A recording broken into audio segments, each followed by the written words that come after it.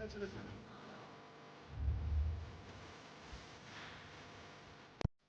हर महादेव। नमस्ते दोस्तों।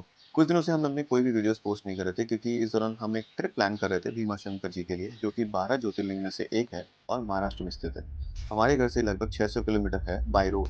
और अगर हम ये ट्रैवल बाय ट्रेन करते तो ये हमारे लिए 2 बच्चों को लेकर काफ़ी मुश्किल भरा हो सकता था। इसलिए हमने डिसाइड किया कि ये ट्रैवल हम बाय कैब करेंगे। हम एक डायरेक्ट कैब करेंगे जो हमें घर से पिक करेगी और हमें भीमा शंकर जी के दर्शन कराने के बाद हमारे घर वापस छोड़ देगी।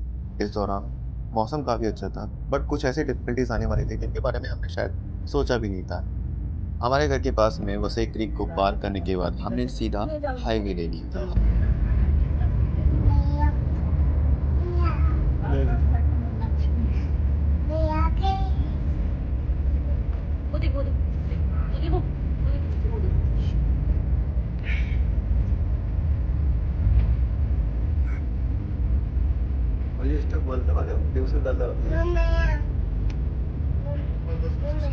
बीच-बीच में होने वाली बारिश हमारा मन लगाए रखती थी। बीच में आने वाले टनल्स, उनमें चलने वाली लाइटें या फिर कोई भी सीनरी मेरी बेटी को बहुत एक्साइटेड करती थी, बिकॉज़ ये उसके लिए इनिशियल फेज़ है लर्निंग का, बड़े होने का, हर चीज़ के लिए जिज्ञासा है उसके मन में। हमने डिसाइड किया कि ये बहुत ज़्यादा लंबी होने वाली है हमारी ट्रिप, तो हम कोई भी ब्रेक नहीं लेंगे, क्योंकि अगर हमने ब्रेक लिया तो शायद ये और ज़्यादा स्ट्रेच हो जाएगा। जो 2 बच्चों के साथ हमारे लिए हमेशा एक डिफ़िकल्ट टास्क होता है कि इसे हम पूरा करें। ट्रैवल का ट्विस्ट बस अब आने ही वाला था। ड्राइवर ने हमें बताया कि अगर हम इस हाईवे से गए तो हमें और ज़्यादा दूर पड़ेगा।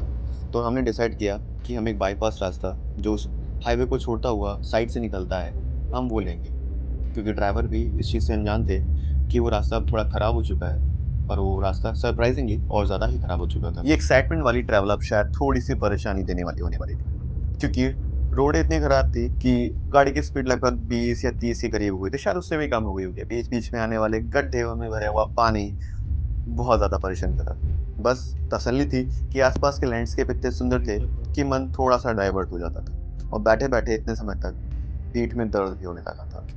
लोग बोलते हैं ना कि भोलेनाथ बहुत ही भोले हैं। बिल्कुल सही है कि वो भोले हैं, लेकिन उनको पाना उतना ही मुश्किल है। बस इसी के लिए हमारा परिवार भी निकल चुका है। बोरियत से भर चुका है, पर हमें महादेव को देखना ही है।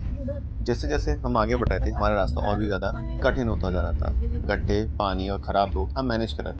साथ ही साथ हमारे ड्राइवर भैया भी इस चीज़ को कंप्लीटली मैनेज कर रहे थे। सबकी एक्साइटमेंट खत्म हो चुके थे। बेटा मेरा सो चुका था। एक्साइटमेंट खत्म होने के बाद मेरी बेटी भी देखिए सो चुकी थी। पर जैसे ही हमने भीमाशंकर जी के क्षेत्र में प्रवेश किया, हम सीधा स्वर्ग पहुँच गए। ये स्वर्ग धरती पर ही था, पर धरती से बिल्कुल हट के था।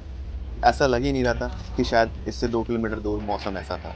हम बादलों के बीच में थे। डिफ़िकल्टीज़ आने वाली थी, पर हम इसको एन्जॉय कर रहे थे। ठंडी अचानक से बढ़ चुकी थी। लाए हुए कपड़ों में हमने कैसे भी बच्चों को मैनेज किया, और हम आपको बताएँगे कि आगे हमारे साथ में और क्या-क्या चीज़ें होने वाली थी, जो कि बहुत ही अनप्रेडिक्टेबल थी, बहुत ही ज़्यादा सरप्राइज़िंग थी। बहुत सारी तैयारी जो आपको करनी पड़ेगी, इसके लिए हम आपको पार्ट 2 में सारी जानकारी भी देंगे।